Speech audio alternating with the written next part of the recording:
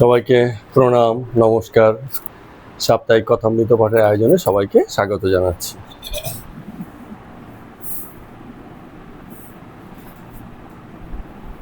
আমাদের আশেপাশে তাকালে আমরা খুব ভালো করে দেখি যে লোকে ধর্মাচরণ বলতে কেবল আচার বিচারই বোঝে, এর বেশি কিছু বুঝতে চায় না। প্রাথমিক কনসেপ্ট তাই, কিছু একটাকে ধরে চলা, সেই হিসাবে আচার, আর তাই নিয়েই প্রথমে এগোনো। কিন্তু ওটাকেই ধর্ম বলা যাবে না। ধর্ম আত্মস্বরূপের আবিষ্কার, নিজের আবিষ্কার যেখানে ঘটে না, আত্মপরিচয় যেখানে ঘটে না, সেখানে ধর্ম হচ্ছে উপরি উপরি, বাহ্যিকভাবে ঘটে। কেউ একজন ধরে নিচ্ছি সারা বছর মাছ খায়, মাংস খায়, মাঝে মাঝে উপবাস করে, লোকে তার সমালোচনা করে, বাবা সারা বছর খায়, মাঝে মাঝে উপবাস করে লোক দেখানো, ক্ষতি কি? একদিন তো রুচি রেখেছে জীবনে, অসুবিধা কি আছে? যে আমি সারা বছর যাই করি না কেন, একদিন আমার রুচি হয় যেদিন আমি এসব খাবো না, উপবাস করবো। প্রতিদিনই মাছ মাংস খাওয়াই কি কেবল অপরাধ? হ্যাঁ, ভালো ভালো নিরামিষ খাওয়া তো সেই মুখের সুখেরই কাজ হলো, জিহ্বার সুখ প্রদান করা হলো। সে মাছ মাংস খেয়েও হতে পারে, ভালো ভালো নিরামিষ আইটেম খেয়েও হতে পারে। কেবল মাছ মাংস খেলেই যে ক্রিয়েটিনাইন বাড়বে তা তো নয়, নিরামিষ খেলেও বাড়তে পারে। খাওয়ার কোয়ান্টিটি, খাওয়ার রুচি, খাওয়ার স্বাদের ব্যাপার আছে। স্বাস্থ্য সুরক্ষা খুব জটিল নিয়ম, এত সহজ নয়। অনেকে ভাবে যে আমরা এরকম মানছি, এই খাচ্ছি, সুতরাং আমরা বুঝি ঠিকঠাক চলছি। নাও হতে পারে, বলছি যে সেসব নাও হতে পারে। তো কখনো জীবনে স্বাভাবিক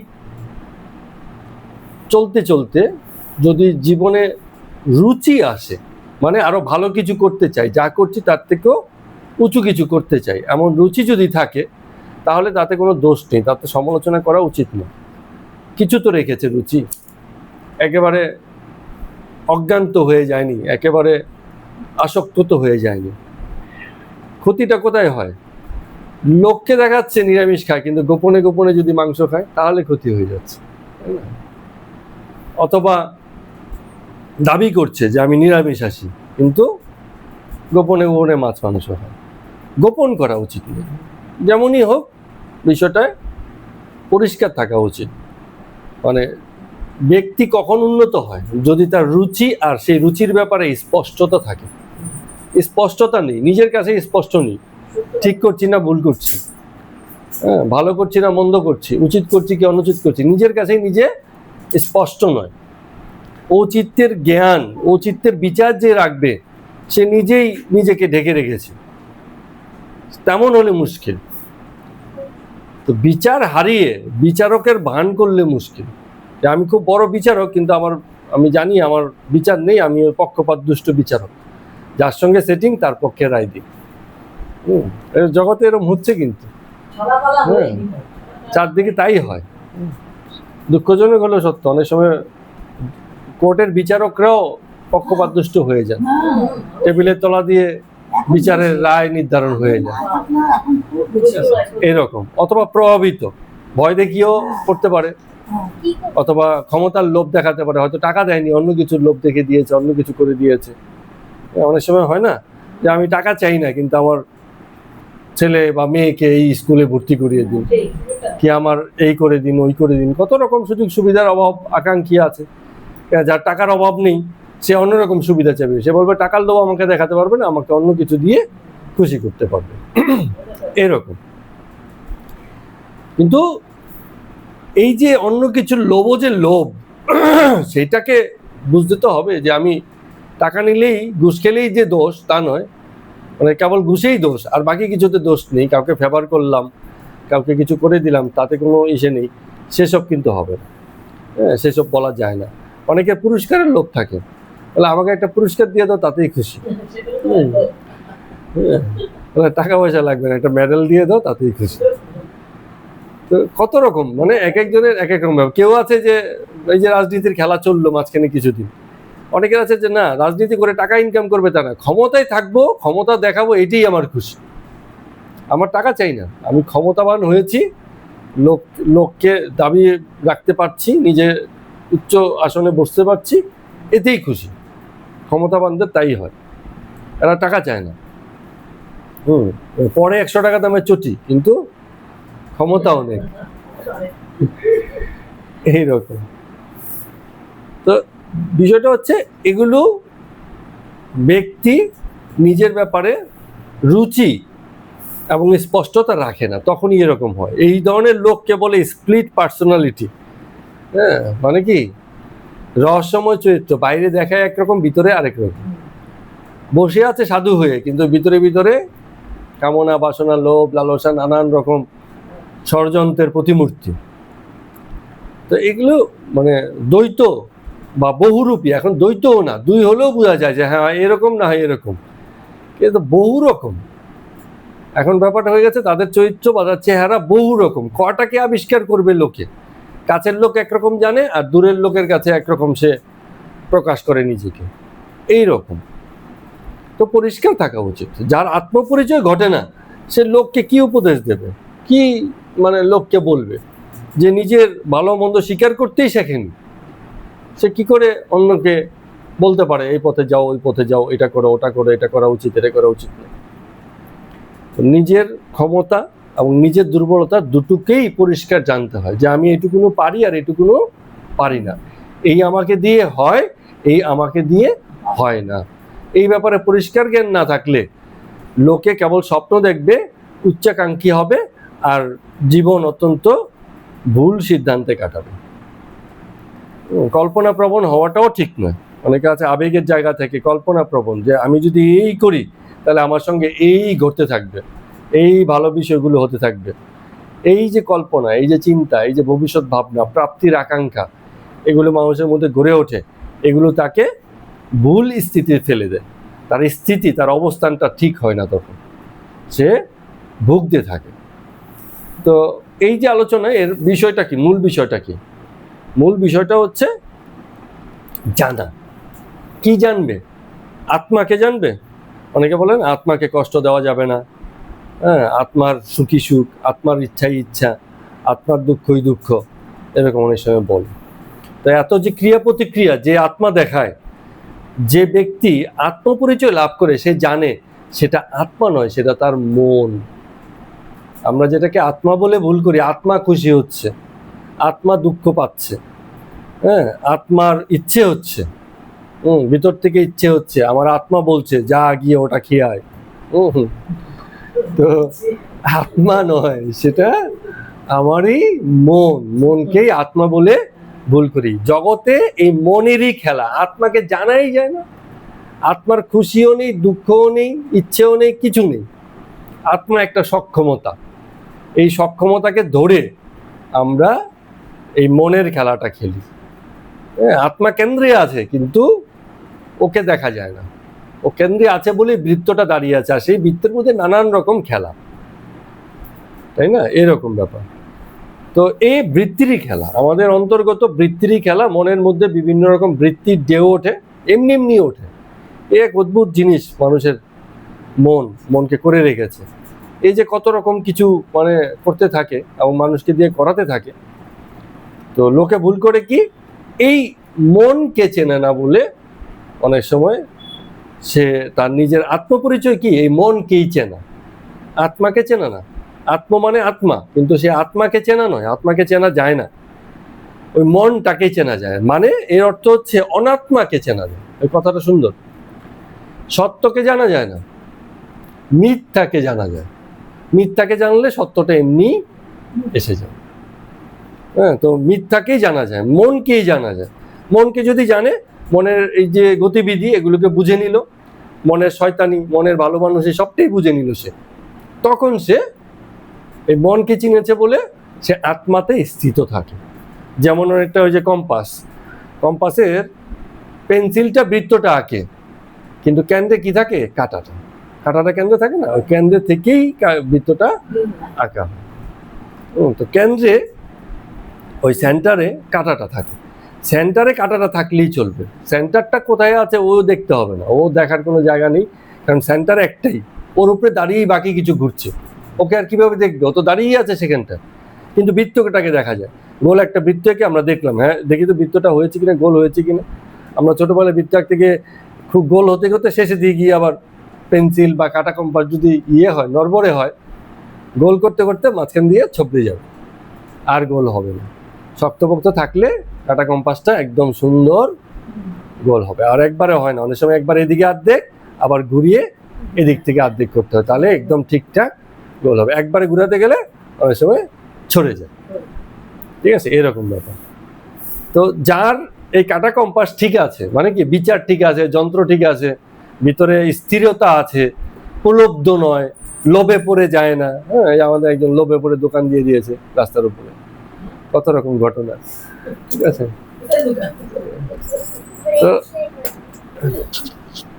ব্রেসলেট বানিয়ে, হ্যাঁ, ওই যে ইয়েদের বাড়ির সামনে দাঁড়িয়ে আছে, ব্রেসলেট হাতে নিয়ে একজন যাচ্ছে, তার কাছে বিক্রিও করে দিয়েছে।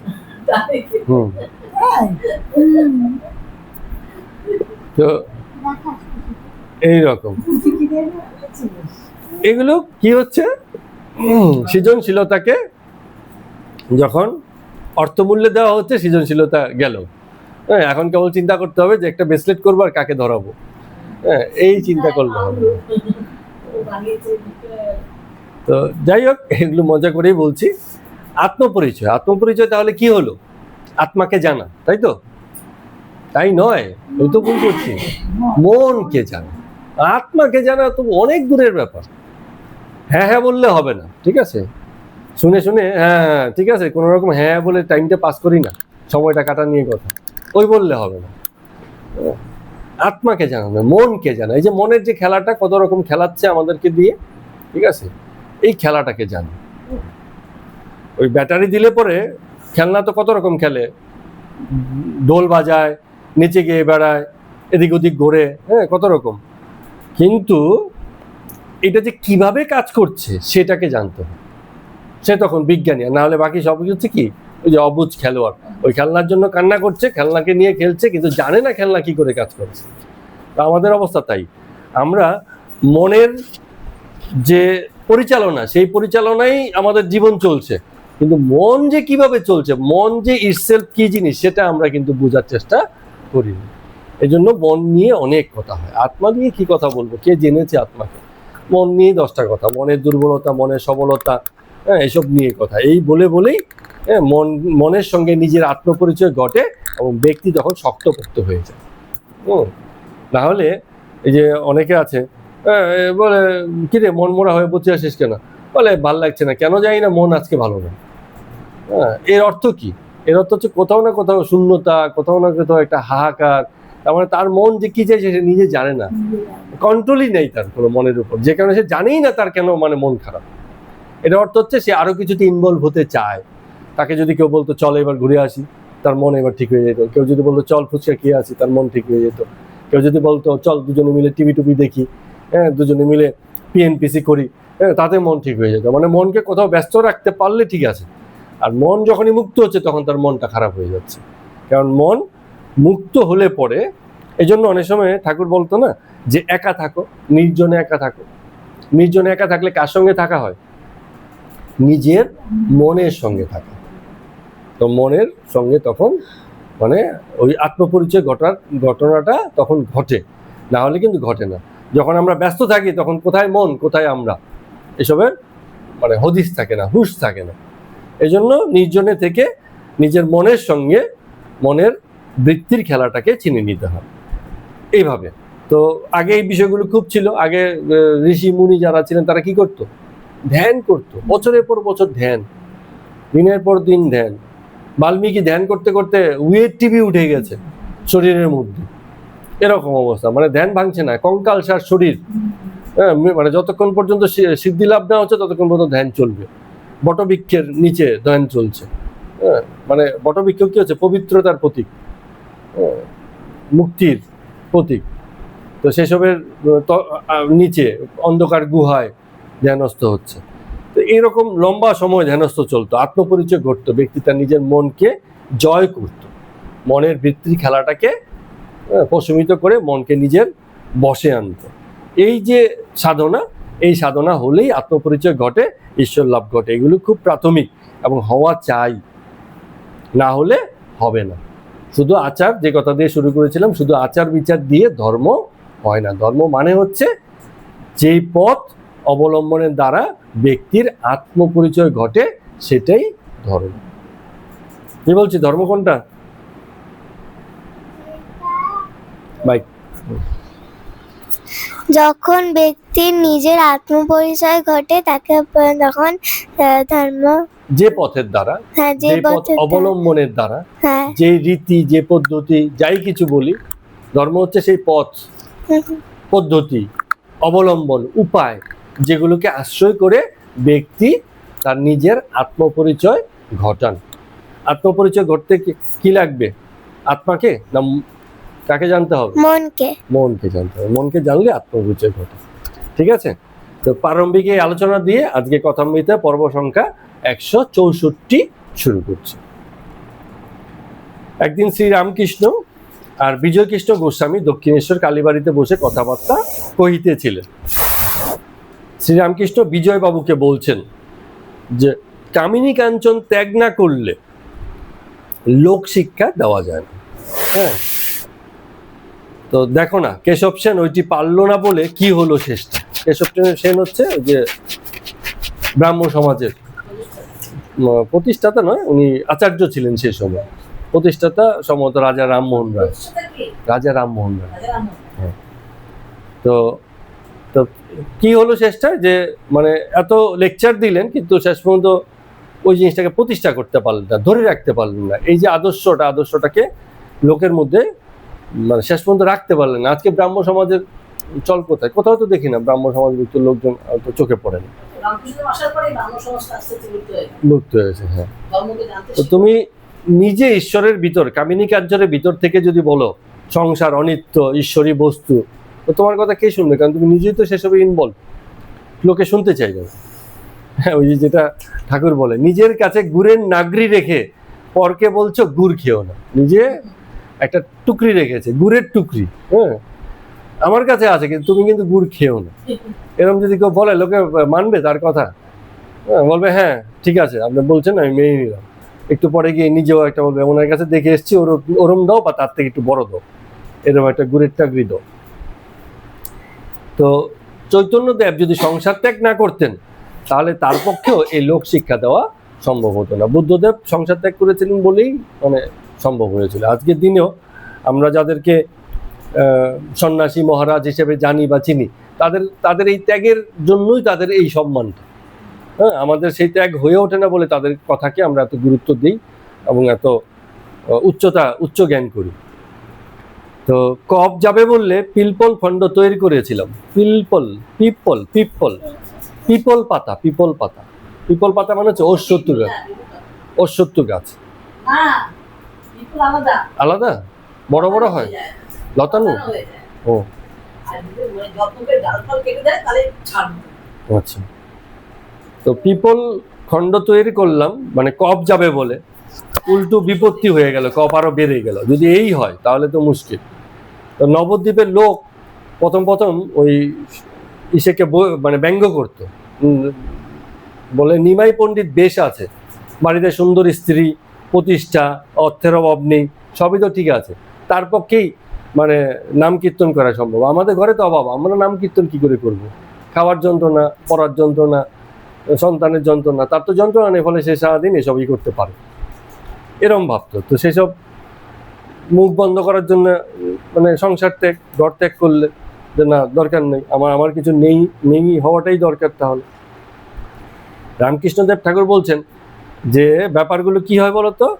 ছাগলের গায়ে যদি ক্ষত বা দাগ থাকে, তাকে কিন্তু বলিতে দেওয়া হয় না। বলিতে যে ছাগল দেওয়া হয় একদম নিদাগ, নিখুঁত। তো এগুলো ঘটনার কথা। এর মানে এই নয় যে বলির পক্ষে প্রমোশন হচ্ছে। বিষয়টা হচ্ছে ওটা একটা রীতি, যে যাকে এই উচ্চতায় বসাবো তাকে ওই রকম হতে হবে, না হলে খুব মুশকিল। ত্যাগী না হলে লোকশিক্ষার অধিকারী হওয়া যায় না। গৃহস্থ হলে লোকে থোড়াই তার কথা শুনবে, কারণ গৃহস্থ আরেকজন গৃহস্থকে ওই তার মানে সংসারী বুদ্ধি দিতে পারবে, ঈশ্বরের কথা তার মুখ দিয়ে মানাবে না। বা সুন্দর হবে না, বোঝা যাবে না। তো স্বামীজি সম্পর্কে সেই দিনকেও ঠাকুর রামকৃষ্ণদেব ঠাকুর বলতেন যে এই যে দেখো এই ছেলেটি, মানে ইসের কথা বলছে, স্বামীজির কথা বলছে, বিবেকানন্দের কথা বলছে, বলছে এর মতো দুরন্ত ছেলে আর নেই, একদম ডান পিটে ছেলে, মানে কাহিল না, দুর্বল না, শক্তপোক্ত, গাট্টাপোট্টা শরীর, এবং মানে যেমন চরিত্র তেমন সব দিক থেকে, হ্যাঁ, তর্ক বিচার বুদ্ধি, হ্যাঁ, মানুষের চোখে চোখ রেখে কথা বলা, ভীতু নয়, এইরকম ডান পিটে ছেলে। আবার এই ডান পিটে ছেলে যখন বাবার কাছে বসতো, জুজুটি হয়ে বসতো, জুজুটি মানে মাথা নিচু করে চুপচাপ, মানে যখন বাবার কাছে বসেছে। তো আবার যখন চাঁদনিতে গেল তখন আরেক মূর্তি। তো এদের খুব নিত্য সিদ্ধের জাত, যখন যেরম থাকে তখন একদম মানে পুরুরূপে থাকে, যখন ভক্ত হয়েছে ভক্ত হয়েছে, যখন শিষ্য হয়েছে পুরো শিষ্য হয়েছে, আবার যখন নিজে গুরু হয়েছে তেমন গুরুই হয়েছে, এই রকম। এরা কখনো সংসারে বদ্ধ হয় না, একটু বয়স হলে এদের চৈতন্য হয় আর তখন ভগবানের দিকে মন চলে যায়। হ্যাঁ, এরা জীব শিক্ষার জন্য কাজ করে, সংসারের বিষয়বস্তু এদেরকে ভোলাতে পারে না, কামিনী কাঞ্চনে এরা কখনো আসক্ত হয় না, এই রকম ব্যাপার। তো মানে এগুলো হচ্ছে কি, চরিত্রের নিজস্বতা আছে, এমন চরিত্র যে চরিত্রগুলো একটা নিজস্ব স্বরূপে থাকে। সাধারণত গড়পড়তা লোকের চরিত্র কিরকম হয়, অ্যাভারেজ, মানে যখন যেমন যেই পাত্রে থাকে সেই রকমই অনেকটা হয়ে যায়। হ্যাঁ, জেনারেল সবার চরিত্র মোটামুটি এরকম, কিন্তু কেউ কেউ আছেন না, ও একটু সবার থেকে আলাদা, ওকে সেই সবার মতো করে রাখা যাবে না। তো এখানে বেদে এই হোমা পাখির কথা বলা হয়েছে, এটা একটা মানে গল্প। হ্যাঁ, অনেক উপরে ওঠে, অনেক উঁচু আকাশে থাকে হোমা পাখি। তো বলছে হোমা পাখি আকাশে থাকতে থাকতে আকাশেই ডিম পারে। তো সেই ডিম পারলে ডিমটা আকাশে ডিম পারে, ডিম তো আর আকাশে থাকবে না, সেটা পড়তে থাকবে, পড়তে পড়তে মানে ডিম ফেটে যায়, ফেটে গিয়ে বাচ্চা ফোটে। বাচ্চাটা যখন বেরিয়ে আসে তখন দেখে সেও পড়ছে, তখন মানে পড়তে পড়তে বাচ্চা যখন চোখ ফোটে তখন দেখে যে আরে বাবা আমি তো পড়ে যাচ্ছি, আর উপরে ওই যে হোমা পাখির মাটা উপরে উঠতে থাকে। তো যখন দেখে আর কোনো উপায় নেই, মাটিতে পড়ে একদম চুরমার হয়ে যাবে, মারা যাবে, তখন সে ওই ওরম পড়তে পড়তে আবার পাখা ঝাপড়াতে ঝাপড়াতে মায়ের দিকে দৌড় শুরু করে, চোচো করে মানে দৌড় দেয়। মানে বাস্তবে এইরকম হয় কি না, ওদের পাখনা থাকে, ওইটুকু মাত্র তো জন্মালো। এখানে এখানে একটু কথা আছে, এটা অ্যাকচুয়ালি একটা শিক্ষামূলক গল্প। কোনো পাখি ডিম পারতে পারতে সঙ্গে সঙ্গে ডিম ফুটে বাচ্চা বের হয় না, এটা অবাস্তব, ঠিক আছে? কিন্তু এটা একটা মানে কথা, হোমা পাখির গল্প। হোমা পাখি আছে, কিন্তু হোমা পাখির এরকম ডিম থেকে বাচ্চা বেরোনোটা নেই, ঠিক আছে? না, আমরা এটা কথা হিসেবে শুনেছি, এটা গল্প কথা হিসেবে শুনেছি যে এইরকম, কিন্তু কোনো ডিমই মায়ের পেটের থেকে বেরিয়ে সঙ্গে সঙ্গে বাচ্চা হয় না, ডিমকে পরিণত হতে সময় দিতে হয়, তো ওরকম হয় না। কিন্তু হোমা পাখির গল্প আছে, বেদে এরকম করে গল্প দেওয়া আছে উদাহরণস্বরূপ, এখানে লোক শিক্ষার জন্য, বোঝানোর জন্য, ঠিক আছে? তো এরকম শিক্ষণীয় বিষয়। তো বিষয়টা হচ্ছে এই হোমা পাখির জীবনে একটাই লক্ষ্য, কি লক্ষ্য? যে সে উঁচুতে থাকবে, ওই মাটিতে পড়বে না, নিচে নামবে না, আমি উঁচুতে থাকবো, আমার জীবনের লক্ষ্য একটাই যে আমি উঁচুতে থাকবো। তো এরকম কোনো ব্যক্তির জীবনে এরকম উচ্চ রুচি থাকে। আপনি যদি তাকে এটা দেন ওটা দেন, বলবে না আমি কোনোটাই নেবো না, কারণ এটা আমার রুচির সঙ্গে যায় না। রুচি উঁচু এইগুলোকে আমরা ছোটবেলায় যখন ছাত্র অবস্থায় থাকতাম, এই যাদের রুচি উঁচু তাদেরকে আমরা উচ্চ মানে জ্ঞান করতাম। অনেক সময় আমাদের টিচারদের ভিতরে দেখতাম কিছু কিছু ম্যাডাম ছিলেন যারা খুব সুন্দর রুচির মানুষ, খুব মানে পরিপাটি বলতে বোঝাচ্ছি যে সেজে গুজে না, এখনকার স্কুলের ম্যাডামদের মতো না, সেজে গুজে না, পরিপাটি হয়ে শাড়ি ফাড়ি পরে খুব ভদ্রস্থ, দেখে খুব মানে একটা শ্রদ্ধা লাগতো, টিচারের ভাব এবং কথা ভাষা, বাচ্চাদের সঙ্গে যে আচরণ, সবেতেই রুচির খুব প্রকাশ। আমরা বাচ্চা অবস্থায় এগুলো দেখে আমরা খুব মানে অবাক হয়ে তাকিয়ে থাকতাম। হ্যাঁ, কেউ কোনো টিচার, সব টিচার নয়, হ্যাঁ, কেউ আছে মানে ইয়ার্কি বেশি করে, হ্যাঁ, সবার সঙ্গে ভীষণ রকম মিশে যায়, কিন্তু তাদের ব্যাপারগুলো তা না, মিশতো সবার সঙ্গে, ভালোবাসতো সবাইকেই, কিন্তু কোথাও না কোথাও একটা রুচির দূরত্ব সবসময়ই থাকতো, ঠিক আছে? তো এই যে রুচি, উন্নত রুচি হলে তো আমজনতা হবে না, সবার সঙ্গে মিশে যেতে পারবে না। হ্যাঁ, রুচি যার আছে সে মানে ডাল ভাত হতে পারে না, তার তো উঁচু রুচি, সে উঁচু রুচিতেই থাকবে। সে বই পড়তে ভালোবাসবে, সাহিত্য অনুরাগ থাকবে, যেখানে অন্যের সমালোচনা হবে সে আস্তে করে কেটে চলে যাবে, কারণ তার পছন্দ নয়, তার রুচি ওরকম নয়। এর হয়ে দুটো কথা বলবে, ওর হয়ে দুটো কথা বলবে, এইসব তার মানে রুচিতে আসে না। সেসব ক্ষেত্রে হয় সে চুপ, না হলে ওই জায়গায় স্থান ত্যাগ করে সে চলে যাবে। তো এগুলো উঁচু রুচির ব্যাপার, ঠিক আছে? তো এরকম অনেক সময় দেখা যায় যে কারো কারো রুচি উঁচু, যে না আমি যেভাবেই হোক জীবন আমি যেমন ভাবে বাঁচি না কেন আমার রুচিটা উঁচু হওয়া উচিত, ঠিক আছে? তো দুটি আছে, রুচি উঁচু হলে সুবিধেও আছে অসুবিধেও আছে। হ্যাঁ, অসুবিধা কি আছে, যে সব জায়গায় অ্যাডজাস্ট করতে পারে না। হ্যাঁ, কোথাও হয়তো বাথরুমের ফ্যাসিলিটিস নেই, বলে না এখানে থাকতেই আমি পারবো না। ওটা মানে আমি বলছি ঘটনা চক্রে আর কি, একটা উদাহরণ দিয়ে বলছি যে রুচি তো অনেক রকম হয়, তো সেই রকম রুচি উঁচু। হ্যাঁ হ্যাঁ, হবে না। তো কোথাও না কোথাও হ্যাঁ ওই চেপে থাকার থেকে বরঞ্চ ওই জায়গাতে অ্যাডজাস্ট করাটা আরো বেটার, উপায় নেই।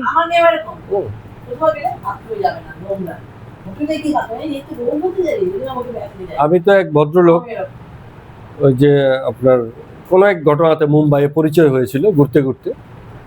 সে ভদ্রলোক এখন মনে নেই কোন দেশ, ফিনল্যান্ড এরকম দেশে এসেছিল। তো সে আমার সঙ্গে বিভিন্ন সময় গল্প টল্প করেছে, করতে করতে এক পর্যায়ে বলছে তার বাথরুমে যেতে হবে। হ্যাঁ, সে তো ভারতবর্ষে নতুন ঘুরতে এসছে, জানে না কোথায় কি আছে। আমি বললাম যে পাবলিক টয়লেট আছে, আমি একটু খুঁজে দেখি, কাউকে জিজ্ঞেস করলে হয়তো লোকে বলে দেবে। আমি বললাম যে আমি খুঁজে দেখি, যদি থাকে আমি তোমাকে নিয়ে যাবো। আমি কথা বলে জেনেছি, ওনাকে নিয়ে গেছি। একেবারে খারাপ নয়, ভালো, মধ্যস্থ পে করে ওখানে ব্যবহার করতে হয়। ও মা, ঘুরে টুরে চলে এসছে, বলে হবে না, আমি এখানে যেতে পারবো না। চলো ভাই, তো তুমি কষ্ট করো, তা কি করবে তুমি? হ্যাঁ, তো এইরকম হলে এরকম উচ্চ রুচি রাখলে সমস্যা। কিন্তু উঁচু রুচি উঁচু জিনিসের প্রতি রাখা উচিত, হ্যাঁ, উচ্চতার প্রতি রাখা উচিত। হ্যাঁ, যেমন আমার সততায় রুচি, আমার প্রেমে রুচি, আমার বৈরাগ্যের রুচি, এগুলো উঁচু রুচি। এইসব রুচির মানে সাফারিং হয় না, এগুলো জীবনকে সুন্দর করে, এরকম। কিন্তু আমার একটা পরিষ্কার তোয়ালে না হলে আমি চান করতে যেতে পারবো না, তাহলে আমি গন্ধকাই থাকলাম, তা এরকম উঁচু রুচি হলে তো চলবে না, অসুবিধা। হ্যাঁ, ওগুলো বিষয়ে রুচি। তো বিষয়ে যদি উঁচু না হয় তাহলে হবে না, এরকম। কিন্তু আমি বলতে চাইছি যে যাদের রুচি আছে তাদের একটা আলাদা চরিত্র হয়, যেমনই হোক সে ব্যক্তি যে বিষয়ে রুচি রাখুক, একটা আলাদা চরিত্র হয়। যেমন ঈশ্বরচন্দ্র বিদ্যাসাগরকে ঠাকুর রামকৃষ্ণদেব বলেছিল যে শুধু পাণ্ডিত্যে কি হয়, তোমার অনেক পাণ্ডিত্য থাকতে পারে, কিন্তু শকুনি হতো আকাশের অনেক উপরে ওঠে, কিন্তু হলে কি হবে, নজর সবসময় ভাগাড়ের দিকে। হ্যাঁ, কোথায় মরা পচে আছে, কোথায় কি আছে, সেই দিকে নজর থাকে। তো পণ্ডিত ফ্লক মানে ফরক করে শ্লোক বলে, এই শ্লোক সেই শ্লোক, আরো কত রকম শ্লোক, ওই গ্রন্থে ওই আছে, ওই গ্রন্থে এই আছে, এত রেফারেন্স।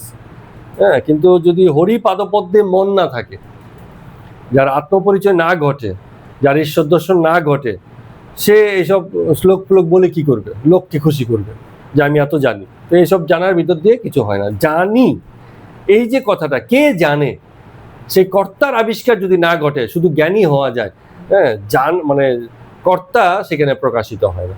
আমরা গেল দিনকে আলোচনা করছিলাম না যে উচ্চ জীবনের প্রথম লক্ষ্যটা কি, জ্ঞান, ঠিক আছে? তো সবই ঠিক আছে, জ্ঞানের দরকার আছে, জ্ঞানটাই প্রাথমিক, কিন্তু জ্ঞানটাই একমাত্র নয়, ওখানেই শেষ হয়ে যায় না। জ্ঞানের পরে বিচার আসবে, যা জ্ঞান লাভ করেছে তাকে বিচার আচার করে দেখতে হবে জ্ঞান কি ঠিক আছে না ঠিক নেই। হ্যাঁ, তারপরে কি আসবে বিচারের পরে? হ্যাঁ, বিচারের পরে বৈরাগ্য আসবে, কিছু রাখবো কিছু ফেলবো। হ্যাঁ, তো এই কিছু রাখলাম আর কিছু ফেললাম, এটা বৈরাগ্য না থাকলে হবে না, নাহলে সব বিষয়ের প্রতি প্রীতি থাকবে। এরপরে কি আসবে সর্বশেষ? প্রেম। জীবনের প্রতি এবং জগতের প্রতি, ঈশ্বরের প্রতি এক আন্তরিক ভালোবাসার জন্ম হয় এসব থেকে। তো এই প্রত্যেকটা প্রসেস তো পার করতে হয়, সামনে এগোতে হয়, তাহলে তো সেই ব্যক্তি একই জায়গাতে ওই যে জ্ঞানের জায়গাতে গিয়ে আটকে যায়। ওই যে যারা পণ্ডিত শুধু জ্ঞানেই আটকে, আর বাকি কিছুতে নেই। তো স্বামীজি যখন আমেরিকায় ছিলেন তাকেও মানে প্রলোভন লোকে কম দেয়নি, জগৎব্যাপী প্রতিষ্ঠা, ঠিক আছে, আমেরিকার উচ্চবংশীয় পরমা সুন্দরীরা, শিক্ষিত মহিলারাও তার সঙ্গে আলাপ পরিচয় করতে আসতেন এবং মুগ্ধ হয়ে তার কথা শুনতেন। এবং স্বামীজির মধ্যে এতটা মোহিনী শক্তি ছিল, মানে মানুষকে কনভিন্স করতে পারত, বুঝাতে পারত। স্বামীজির সেই ক্ষমতা ছিল, এমন ক্যারেক্টার, এমন ব্যক্তিত্ব যে মানুষকে বুঝাতে পারা, কনভিন্স করতে পারা, সেসব জিনিসগুলো তার মধ্যে ছিল। একদিন তো এক বড় লোকের মেয়ে, মানে অনেক পয়সাওয়ালা ঘরের মেয়ে আমেরিকার, এসে গেছে তার কাছে, বলছে স্বামীজি আমার সর্বস্ব আর আমি আপনাকে সমর্পণ করলাম, আপনি আমাকে স্ত্রী রূপে গ্রহণ করুন। স্বামীজি বলছে যে ভদ্রে, আমি সন্ন্যাসী, আমার বিবাহ করিতে নাই, সকল স্ত্রীলোক আমার মাতৃস্বরূপা, মাতৃ জ্ঞানে আমি থাকি, ফলে বিবাহ আমার পক্ষে সম্ভব নয়। তো এই রকম মানে যতই প্রলোভন হোক না কেন, যতই মানে এই জগতের নগরীতে বসবাস করুক না কেন, নগরীর আকর্ষণে সে পরাজিত বা হারার মতো লোক ছিল না। সে সবসময় আপন উজ্জ্বলতায় একদম ঠিকঠাক দাঁড়িয়েছিল, ক্যারেক্টার নিজের আপন মহিমায় দাঁড়িয়েছিল, তাকে টলাতে পারতো না, কখনোই না, কোনো অভাবেও না, না খেয়ে থেকেও কোনোদিন মানে নিজের রুচিকে কখনো বিসর্জন দেয়নি। ঠিক আছে, না খেয়ে আছে, অভাবে আছে, তাই বলে মানে যার সাথে কম্প্রোমাইজ করেছে এরকম কিন্তু কখনো হয়নি। নিজেরা তো মানে হ্যাঁ, যখন আমি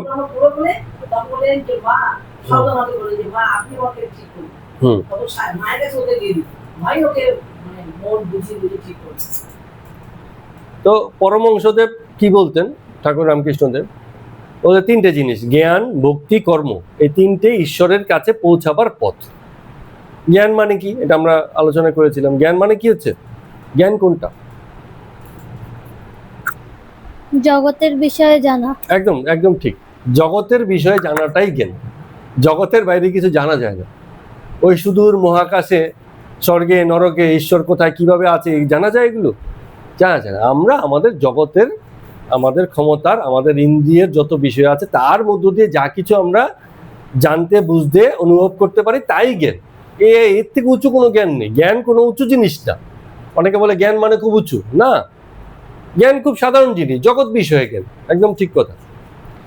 এবং এটা নিতে গেলে কি লাগবে, রিসিভিং পাওয়ার। ব্যক্তির মধ্যে সেই জ্ঞান, জগতের যে জ্ঞান আছে সেটাকে জানার, বোঝার জন্য তার মানে রিসিভিং ক্ষমতা থাকতে হবে, যে আমি জানতে চাই, বুঝতে চাই।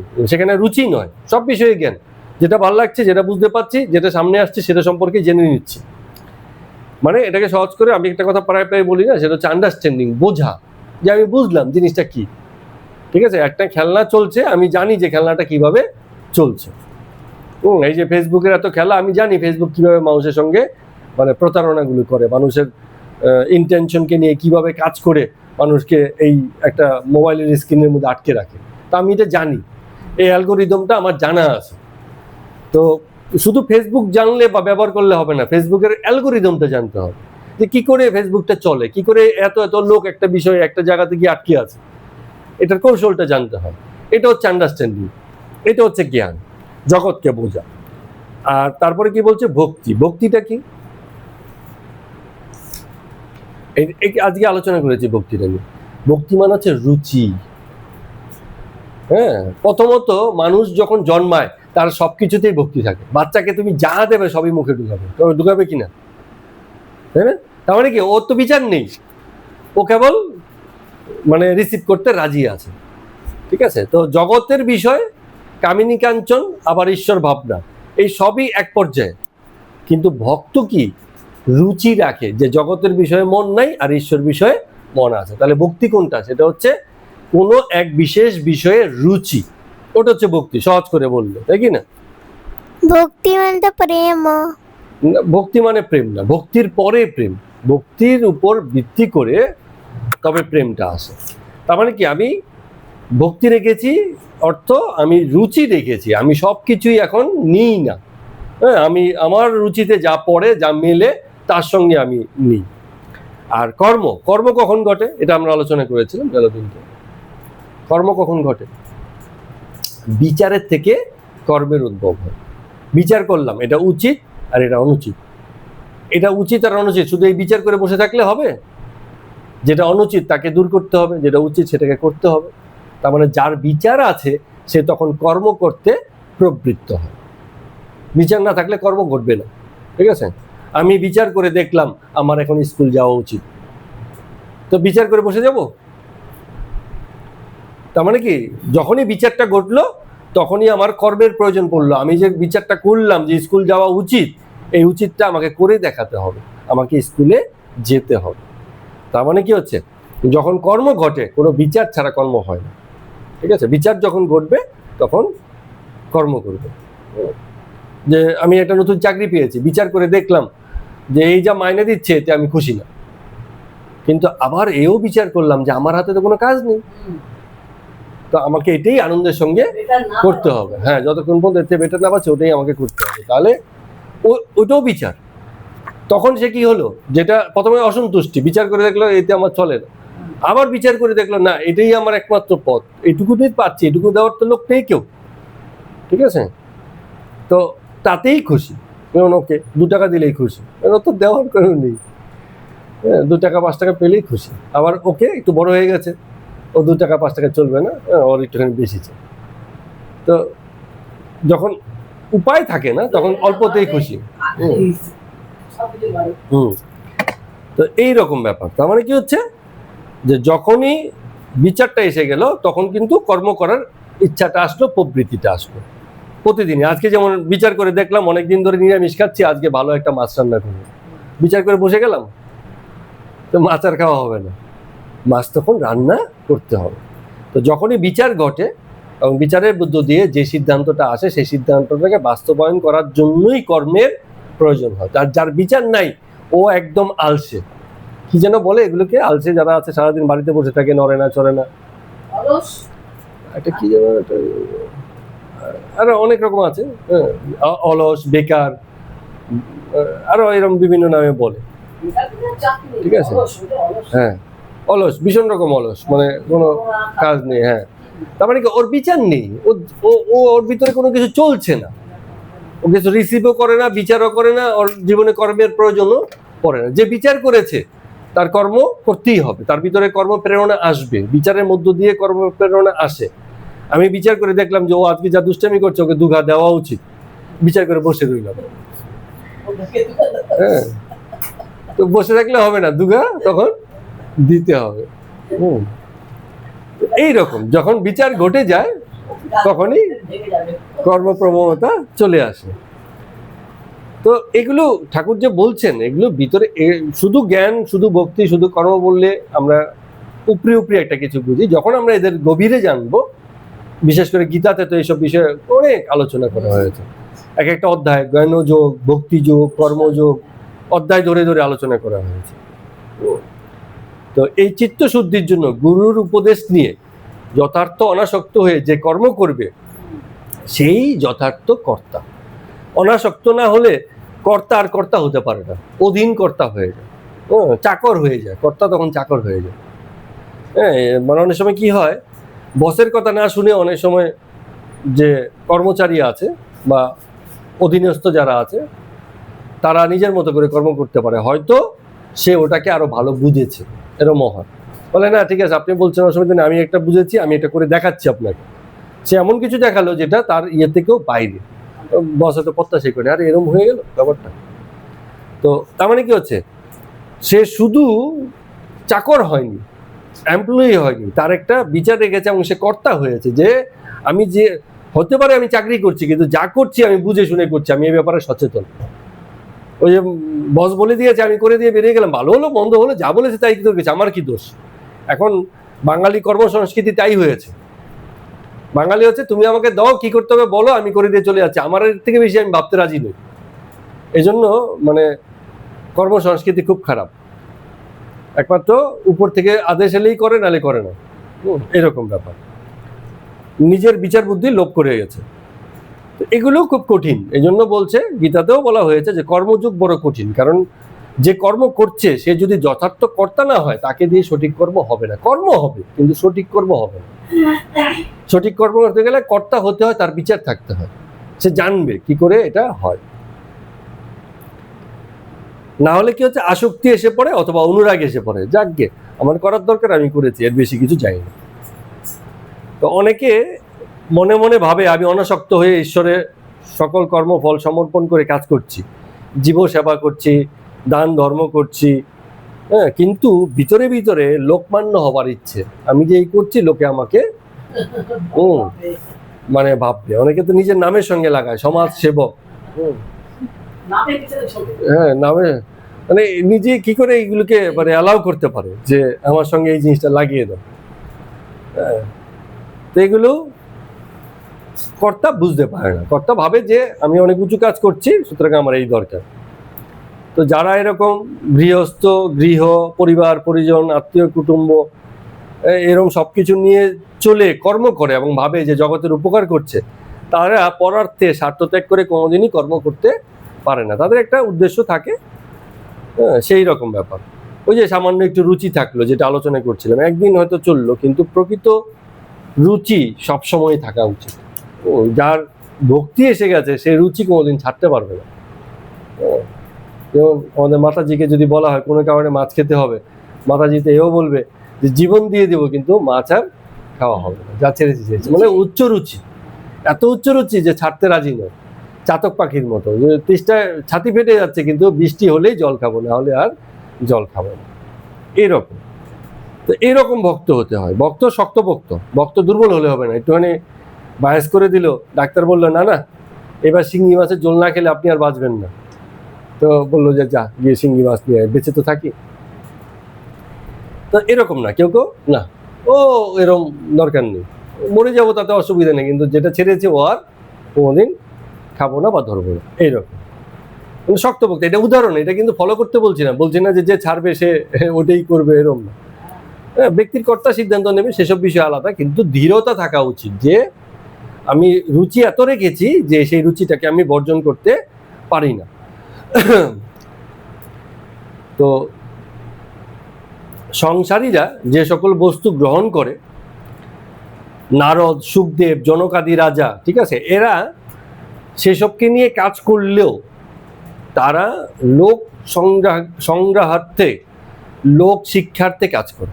যেমন জনক রাজা রাজ্য শাসন করেছে, কিন্তু নিজের কোনো খুশির জন্য না। তিনি ছিলেন রাজর্ষি, রাজা এবং ঋষি। আগে ঋষি পরে রাজা হয়েছে, আগে ছিলেন ঋষি পরে রাজা হয়েছেন, এবং সেইভাবে মানে নগরী শাসন করেছেন, এরকম। তো তিনি কি করতেন, অর্থ, মান, এই সকল প্রতিষ্ঠা এগুলোকে কাকবিষ্টা জ্ঞান করতেন। নিজে ভোগ করতেন না, অন্যকে উপদেশ দিতেন এবং অন্যের জন্য এসব কাজে লাগাতেন। স্বামী বিবেকানন্দের ক্ষেত্রে এই কথা বলা হয়, বিলাত থেকে তিনি যেসব অর্থ সংগ্রহ করে নিয়ে এসেছিলেন আমেরিকার বন্ধু বান্ধবের কাছ থেকে, সে সমস্ত অর্থ জীবের মঙ্গলে মঠ মন্দির প্রতিষ্ঠা করে কাজে লাগিয়েছে জগতে, ভারতবর্ষের। এমনকি শুধু মঠ মন্দির প্রতিষ্ঠা না, বিভিন্ন জায়গাতে কাশিদামে, মাদ্রাজে মঠ স্থাপন করেছেন। দুর্ভিক্ষ পীড়িত যারা লোক ছিল, দিনাজপুর, বৈদ্যনাথ, কিষেনগড়, দক্ষিণেশ্বর, অন্যান্য স্তরে যাদের খেতে পড়তে পায় না, পীড়িত, অসুস্থ, তাদের সেবা করেছেন। রামকৃষ্ণ মিশন মঠের একটা বড় অ্যাক্টিভিটিস চলে সেবামূলক, ধর্মকর্ম হরিনাম করার থেকে তারা সেবা করতে অনেক বেশি পছন্দ করে। বিশাল পরিমাণ, মানে এই অ্যাক্টিভিটিস কম না, তারা গোপনে কাজ করে, লোক দেখাতে কাজ করে না। তো অনাথ আশ্রম প্রতিষ্ঠা করেছেন, মুর্শিদাবাদে সারগাছি গ্রামেও গিয়ে অনাথ আশ্রম প্রতিষ্ঠা করেছেন। হরিদ্বারের নিকটস্থ কনকলে পীড়িত সাধুদের জন্য স্বামী সেবাশ্রম আশ্রম প্রতিষ্ঠা করেছেন। প্লেগের সময়, প্লেগ হচ্ছে অসুখ একটা, সেই সময়ে মানে রুগীদের বহু অর্থ ব্যয় করে লোকের কাছ থেকে চেয়ে চিনতে এনে সেবা শুশ্রূষা করেছে। তো এগুলো মানে অ্যাক্টিভিটিস মানে বড় স্তরে কাজ করেছেন, যার কাছ থেকে চেয়ে চিনতে আনতেন, নিজের জন্য না, এগুলো লোক সেবার জন্য করতেন। তাহলে কেউ হয়তো বলবে তাহলে নিজে কি খেতেন না, নিজে কি না খেয়ে থাকতেন? না খেয়ে থাকতেন না, নিজেকেও যে খাইয়ে পরে বাঁচিয়ে রাখতেন, কেন? সেও তো লোক সেবারই জন্য, যে আমি যদি সুস্থ থাকি তাহলে 10টা লোকের সেবা করতে পারবো। হ্যাঁ, সে কর্ম করবে কি হবে। এটা ব্যক্তিগত উদ্দেশ্য নয় যে আমার সন্তান, আমার ব্যক্তিগত ব্যাংক ব্যালেন্স বাড়লো, আমি অনেক কিছু করলাম, সেই সব বিষয় না।